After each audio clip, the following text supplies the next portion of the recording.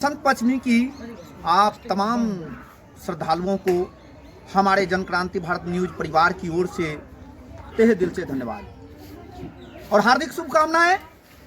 जैसा कि आज बसंत पंचमी है, आप सभी को पता ही है, लेकिन इसी बीच कुछ द्वंद्व को लेकर के आएंगे। इससे पहले ओम स्तुता मया वरदा वेद माता प्रचोदयन्तं पावमानि द्विजानां आयुः प्राणं प्रजापतिं कीर्तिं ब्रह्मवर्चसं मह्यं दत्त्वा व्रजत ब्रह्मलोकम्। इस पवित्र बेला में आप समूह के साथ जनक्रांति भारत न्यूज। दोस्तों, सबसे पहली बात यह है कि आज पर्व के शुभ अवसर पर सभी पंडितों के द्वारा पूजा 2 दिन मनाने का प्रावधान चला आया है। ऐसा कहा जाए कि अलग अलग पंचांगों के मुताबिक जो उनको दिखता है उनके मुताबिक जो है लोगों के बीच परोसते हैं हमारे जो पंडित लोग हैं। लेकिन इस बात को जान लिया जाए कि पूर्व की भांति इस बार भी 2 और 3 दोनों दिन जो है पूजा कराने का विधि विधान जो है पंडितों ने लोगों को बताया।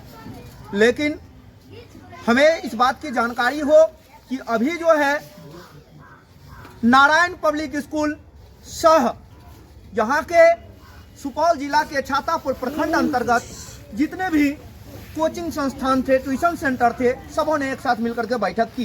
जैसा कि आप जानिए कि Swami Vivekananda tuition centre, Lal sir, Gayatri Gyan Ganga coaching centre, Rajan sir, super science brilliant tuition centre Shivnandan sir, Pragati coaching centre Amrish sir, Gyan Sarovar tuition centre Tulachand sir, Lalan sir, Virendra sir और डॉक्टर ललित कुमार मुखिया जी के नेतृत्व में इन सभी का आपस में एक सामूहिक बैठक हुई, जिसमें जो है विभिन्न प्रकार के अपने अपने मत रखे, अनेक विद्वान जो है अपने अपने बातों को रखे, जिसमें यह निर्णय हुआ कि खास करके 2 तारीख को सरस्वती पूजा क्यों मनाया जाना चाहिए या फिर 3 तारीख को ही क्यों मनाया जाना चाहिए। इस पर विश्लेषण के दौरान इस मुद्दे पर पहुंचा कि सरस्वती पूजा मूल रूप से 2 तारीख को ही होनी चाहिए, 3 तारीख को विसर्जन होना चाहिए।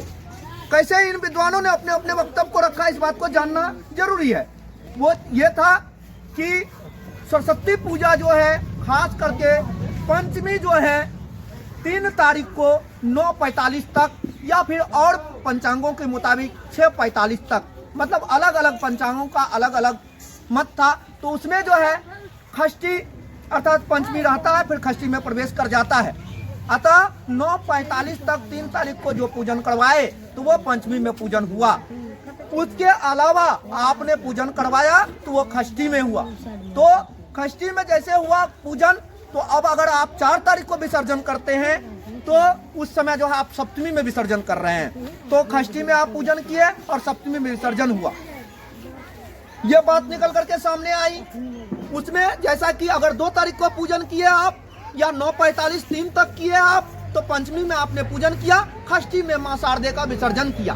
लेकिन अगर आप जो है 3 तारीख को 9:45 के बाद करवाते हैं तो आप षष्ठी में जो है पूजन कर रहे हैं और सप्तमी में आप जो है 4 तारीख को विसर्जन कर रहे हैं। दूसरा, ये विश्वविद्यालय पंचांग के मुताबिक ये भी बातें निकल करके सामने आई कि अगर आप जो है 3 को विसर्जन नहीं करते हैं तो रात्रि लमसम 7 से 8 के बीच आपको भदवा आ जाता है और फिर भदवा के बाद जो है अगर आप 4 को विसर्जन करते हैं तो भदवा में फिर विसर्जन होना हिंदू शास्त्र के मुताबिक सही नहीं माना जाता है, या बेटी का विदाई भी इसमें नहीं होता है। इसीलिए 4 तारीख को जो है तो हम लोगों ने निर्णय लिया कि 4 तारीख को विसर्जन नहीं होना चाहिए, 3 तारीख को ही विसर्जन होना चाहिए, क्योंकि भदवा के बाद जो है आप विसर्जन नहीं कर सकते हैं। अतः इन्हीं सब मुद्दों को लेकर के विशेष बातचीत हुई, विशेष बहस हुई और इसी बीच जो है बातचीत के दौरान ये सामने निकल करके आई।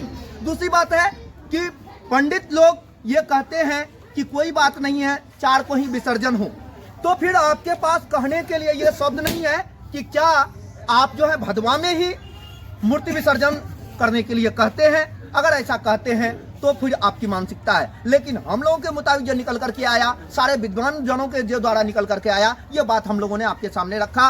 अब आगे कमेंट सेक्शन में आप बताएंगे, इनको शेयर करेंगे और बताएंगे कि इसमें कहां तक न्यायोचित है, सही है या फिर पंचांगों के मुताबिक। थैंक यू दोस्तों, मिलते हैं पुनः नेक्स्ट एपिसोड में। वंदे मातरम।